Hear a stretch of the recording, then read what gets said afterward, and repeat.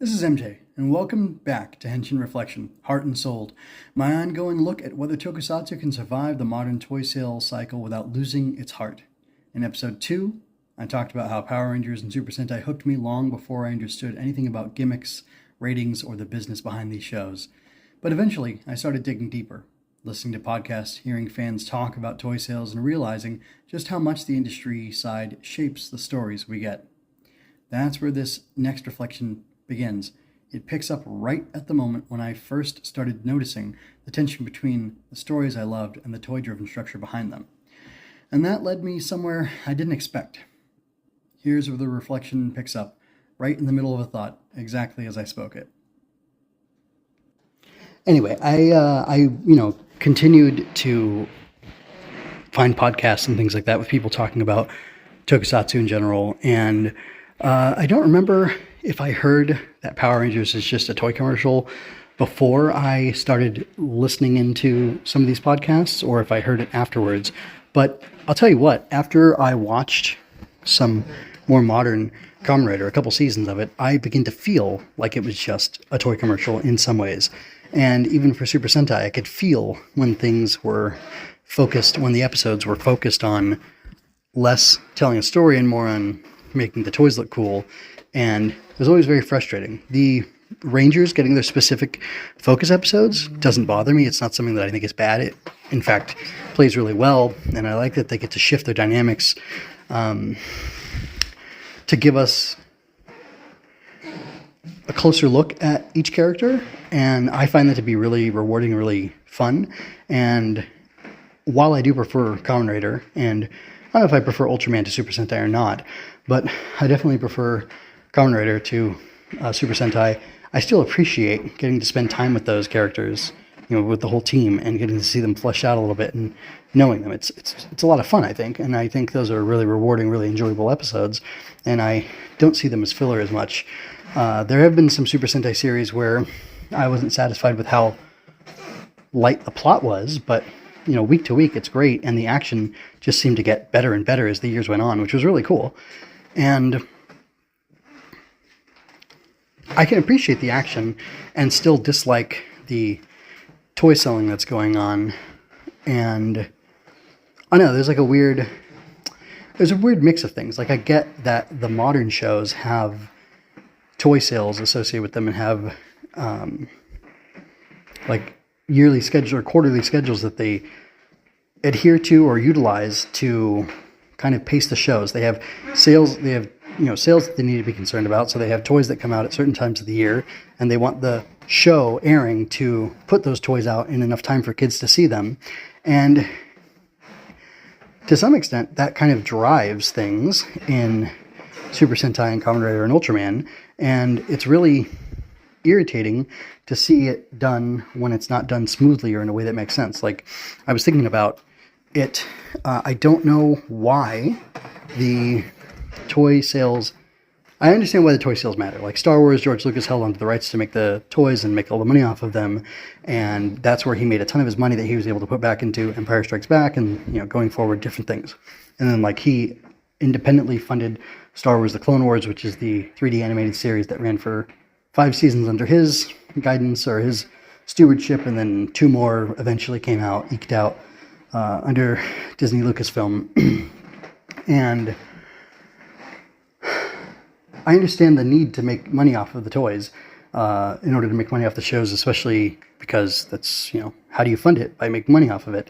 But it struck me as odd that the older shows didn't have the same kind of toy infrastructure, and they must have made money off of merchandising, if not also from having it aired.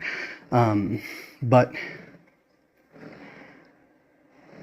I'm not sure how to actually form the sentence. While a Kamen Rider Black or a Jetman featured, well, let's say Jetman and Kamen Rider Black, I believe, aired very close to each other within a couple of years. Jetman has different robots in it, and it's got the big Zord and the machines and the cool diamond-shaped changer, if I'm remembering correctly. Maybe that's Gatchaman, I don't know. Anyway, it has toys that you can sell, and it has a whole team. There's 5 different characters you could buy, masks, coloring books, action figures of the 5 characters, and then you can buy, toys of the enemy characters to have somebody to fight against. But like, I don't know if Super Sentai ever really sold any of the monsters. I think most of the money off of, today anyway, is off of the role-play toys and the figure arts, which almost exclusively feature things from the heroes, not the villains. And if you go to something like Kamen Rider Black or Kamen Rider Black RX, and you compare it to, let's just say, Jetman, there are 5 Rangers in Jetman, and each of them has a Zord, and then, or a mecha, and their mechas combine into a single giant robot. So that's 5, 10, 16 things total. If it's just the 5 characters and their robots, and then the combined robot, that's 11 items right there that you can sell. But you can also sell, I don't know, the blaster or the sword. So that's, let's say there's 1 or 2 weapons per Jetman. If they're all uniform, then that's just 2 more items you can sell. It's 12, 13. You can sell a mask, you can sell a coloring book, you can sell whatever. Versus like in Kamen Rider Black, you have Kamen Rider Black, and in Black RX you have him and his 3 forms. So there's a total, or in Black RX, there's a total of 4 forms. And you can't really make that much money off of them because there's only so many. You can also have the motorcycle to buy. So like there's a lot less in Kamen Rider, for instance, than there is in Super Sentai, you would think. But then Kamen Rider later on with Kuga and going on had the different forms that they could change into, which kind of makes it so that one character can carry, 3 to 10 suits and suit designs, and that's different toys that you can sell. And if the belt integrates into it, everything stems from the belt, and the one belt has different modes or whatever that it can do. And that's kind of interesting because that helps to fund the show, and the solution to, hey, we only have 1 main character, what do we do with them to get more suits, seems to be, well, let's give him different forms so he can be kind of like his own Sentai, which I find an interesting approach and kind of makes a lot of sense. But it's not something that's necessarily satisfying to me. And I think it's something that gets to be frustrating, especially when I think as the season, depending on which season you're in, the different forms of the riders are more or less enjoyable to see. And when they break the silhouette of the rider, then it feels like, am I even watching the same Kamen Rider? And I would lob that criticism at Black RX. I think while Robo Rider is very cool, he doesn't really feel like he belongs with the others. Bio Rider, I think, is pretty close to core Black RX. And then, is it only those 3 forms? Oh yeah, I'm sorry. It is only those 3 forms. Bio Rider, the Prince of the Prince of Sorrow, and the other one's the Prince of Pain.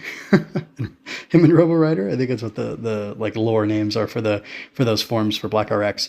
But anyway, I don't know. Those are kind of weird. But the fact that he has the Rebel Cane as Black RX, it kind of makes sense that Bio Rider has the sword, sort of.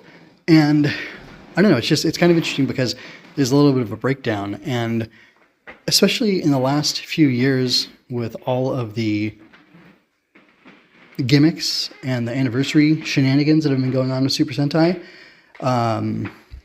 it feels weird. And I don't know, if in the toy line you have anniversary stuff that ties in, like how the Gaia memories from Kamen Rider Double are so popular that they make them for X-Aid and Build and other shows. That's kind of fine with me.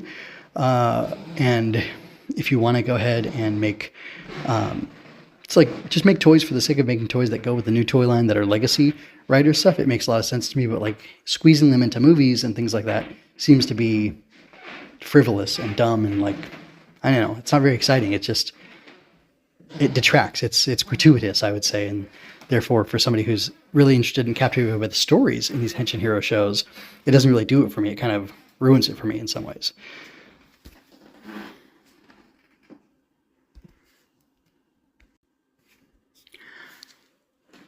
So I've said a lot, and I think my point is that the heart and the spirit of Kamen Rider, Super Sentai, even Power Rangers, when it's good, represents something meaningful and inspirational and aspirational. But I find it more inspiring, the fact that Kamen Rider Black learned to do his Rider Punch by saving a puppy, and all that the way that was done in the show was that he jumped and they rotoscoped over his fist to make it glow with energy for him to do his Rider Punch, and doing that helped him defeat whatever the kaijin or the mutant was that he was fighting at that time from Golgum. And similarly with Kamen Rider, the original, I believe in episode like 11 or 12, there's the I can't remember his name, Lizardon maybe, big lizard guy. He used to be a soccer player, I think, and then he's kicking this ball or a bomb or something at the Kamen Rider, and he defeats Hongo, I believe. And then Hongo has Tachibana Tobe get into a machine with a wrecking ball, right? I guess that would just be a wrecking ball crane. I don't know, a wrecking ball machine, and swing the wrecking ball at him again and again and again and again. And Hongo trains, and I think it's Hongo, it could be Ichimonji, but I think it's Hongo. He trains and he trains and he trains until he can finally defeat Lizardon and catch that ball coming at him. And the older Kamen Riders had those kind of moments of growth and training. And there's even I believe it's the Kamen Rider ZO manga.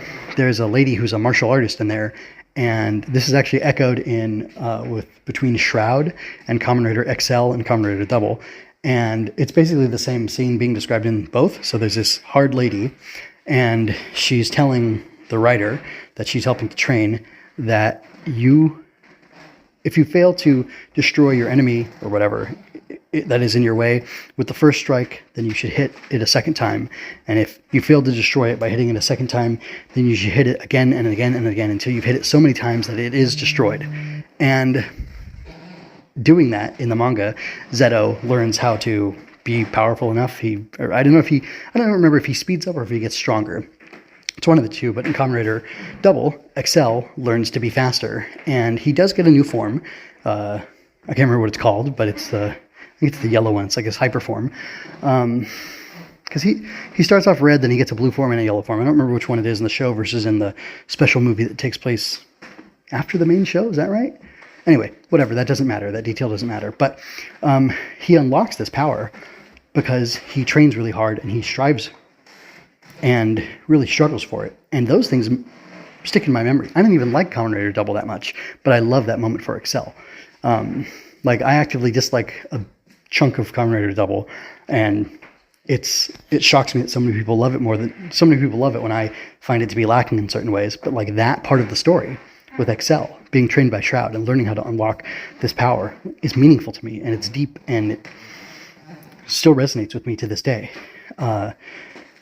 I believe it was Hongo, not Ichimonji, having Tachibana swing that ball at him and him learn how to overcome through grit and determination, not changing forms, but unlocking like a new move. And it was a new, exciting move that was recorded and shot in a fun way to show him being able to overcome this guy. Totally great, totally worth it, totally memorable. And then with Kamen Rider Black, also saving the puppy, the same thing, is very memorable. And it didn't bring us a new toy. It didn't bring us a new form. With the exception of from Double with Excel, it did bring us a new toy and it did bring us a new form. But I think it was just like an attachment onto his belt, and then he was able to do whatever. But still, it worked, and it was an example of it being done really well in a really compelling way that made even a person who doesn't like that show overall still really like that moment and like what was going on and like what was being said because of the tone and the message and the inspirational message, to reuse my word, that was being conveyed and delivered, and it was done very successfully. Again, I haven't seen Double in probably over a decade, and I still remember that, and I still love that scene, and I still think about that every now and then and think, man, that was awesome. And yet, the power-ups in some of the current, newer Super Sentai and all the different forms that are obligatory forms in Kamen Rider, they bug me. They bother me. They don't work for me. I'm not sold on them because they don't have the heart that these older things do. They don't have the heart that sometimes they do have. I think Kamen Rider Ghost, a lot of people don't like that show. I really like the show. I really liked how situational the forms were. I like how it made sense. These different icons that he had. I like that there were only, I can't believe I'm saying this, there were only 15, even though there were more than 15. But I don't know, it worked for me because I think the storytelling was done in a much better way, and there was real heart with it, and I really loved it. I own very few toys, very few items from the Tokusatsu I've enjoyed. Ghost is something I really, really love, and I own one icon from it. I own the Deep Spectre icon because I love Makoto's story, and it's not a perfect story, but I still love it, and just something meaningful about that to me. I also like moths, so that helps. But like, that's something I wanted to buy because I love this character and I love his story and his struggle, and I love having that little silly toy that I can grab and push the button on and hear it say "dive too deep" and think about what that means and how he overcame his struggles and what taking on that challenge meant to him. Like, Makoto used Deep Spectre because while it was supposed to be meant for Takaru, he was worried that it would hurt Takaru, and instead he decided to hurt himself to save his friend from hurting himself.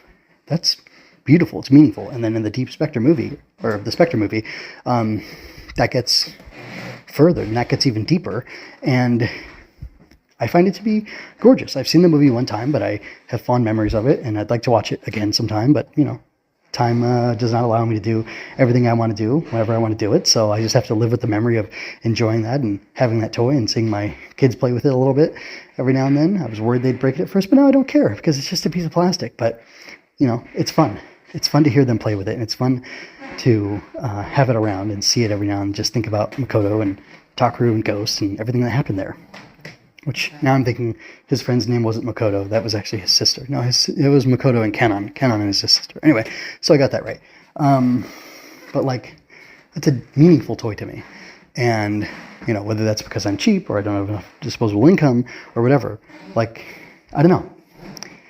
I think those things are actually irrelevant to the point I'm trying to make, which is that, and I know I've been talking about Kamen Rider, I wonder if Super Sentai is going away. I wonder if Power Rangers is going away because the stories and the storytelling hasn't been as meaningful and heartfelt as it could be.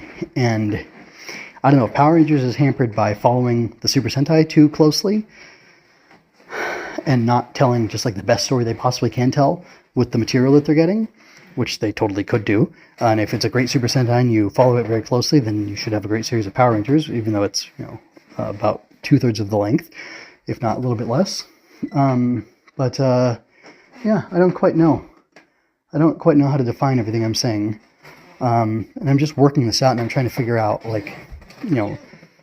does selling toys to support your Tokusatsu show, sell the soul of the show, and therefore, even though it might be profitable for a time, ultimately it is empty and hollow, and you can only chase the dragon of selling these toys instead of selling the stories.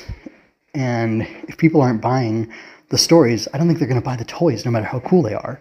And I wonder if that's what happened with Power Rangers, and I wonder if that's what happened with Super Sentai, and why it could be going away. Or maybe it's not going away, but maybe, I think it's a fact that they are losing money. They're not making as much money as they used to. And I think that the running for a whole year strategy and the selling all these toys strategy, it just doesn't work out. Ultraman seems to be, in contrast, doing very well. It's expanding. I find it very strange that they haven't released the dub yet for Omega, or at least, they have not released the dub for Omega yet, but it's supposedly being worked on, and that seems odd. But Ultraman Rising was a huge hit. It's a beautiful movie. It's great. I loved it. My kids loved it. Even I have a kid who doesn't really like this kind of stuff, and there were tears on both of our faces by the end of the movie. And I don't know. Ken sells. His dad sells. Emmy sells. Because I'm sold on the characters. And therefore, it makes me kind of interested in, maybe, we will get an Emmy plush, or maybe we will buy, a Ken, Ultraman figure or whatever. But I don't really want to, and something I don't really care about. And I think Ultraman has a lot more heart in it. I think the lower production run of doing 26 episodes instead of 50 or 54, or 50 to 54 helps a lot. There's more energy, there's more devotion, there's more time, there's more love, I think, put into it. I think. And I don't know how it's doing toy sales wise, but I think it's expanding. And I don't know that you can say the same for Super Sentai and and Kamen Rider. And I don't know. It's an open question. I want to keep exploring this, and I want to understand like what happened, and like I don't really know how the shows made money before, other than I guess they sold old Kamen Rider masks, and they sold originally back in the day they sold masks, and they sold little costumes, and I believe they had belts back in the day as well, like vintage belts from the 70s, 71, 72, whatever. But like I don't know what the money making was like at the time. I think there were less options on TV, so I think you probably made more money from airing something on TV as well, but I don't know that for a fact. It's something I want to research and find out. If you're somebody who knows about these things, I would love to have information from you. And in the meantime, I'm going to keep thinking about this and plugging away and trying to figure out what the answers are to some of these questions. But yeah, I don't know. Is trying to sell the toys as opposed to trying to sell without trying to sell the characters or the stories in the shows, what's killing Tokusatsu or henshin-hero shows? I don't know. Maybe it is. Maybe it isn't. Maybe it's just economic decline. Maybe it's Japan's low birth rate. There's not as many young people watching as there used to be because they have, I think, less and less kids every single year. And if you roll that back decades, then of course, children's media will be less profitable because there aren't enough children to sell it to. So what do? You can't force, Toei's not going to force people to increase their birth rates. So what do? You change your audience? I'm not sure. Anyway, I would love to hear people's thoughts on this. I'd love to hear people's input. I'd love to have a conversation, and I'd love to find out more, and I'm going to work towards that. So please join me. You can find how to contact me through Twitter, through my links here in the show notes. You can contact me directly through my website, mjmunoz.com, or you can leave a comment wherever you're hearing this, maybe on YouTube, and we can talk about this and have a fruitful, interesting conversation. Until next time, folks, this is MJ with Henshin Inspection Reflection. Take care and be well. So that's where I'm left, wondering whether these shows are struggling because the heart has slipped out, or because the economics have shifted, or because the audience itself is shrinking. Maybe it's all of the above. Maybe it's something else entirely. If I want answers, I think I need to start at the beginning. I need to look at how Tokusatsu made money in its earliest days, before gimmicks, before quarterly toy cycles, before the modern merchandising machine took over. How did Kamen Rider, Super Sentai, and Ultraman first support themselves? What did Bandai's role look like then? And how did those early foundations twist, turn, and transform into the system we have today? Because if I'm asking whether Tokusatsu, or henshin-heroes more specifically, can survive the toy sale cycle, I should probably understand how the cycle even came to be. That's where the investigation begins.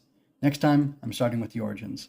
And I invite you to join me. If you know anything about it, please let me know. You can drop a comment here on YouTube or on mjmunoz.com or on Twitter, where I'm at mj_scribe. And also, you and I are both here because we enjoy children's media. I wrote a kids book about magical bugs battling monsters, and you can find out more about it here.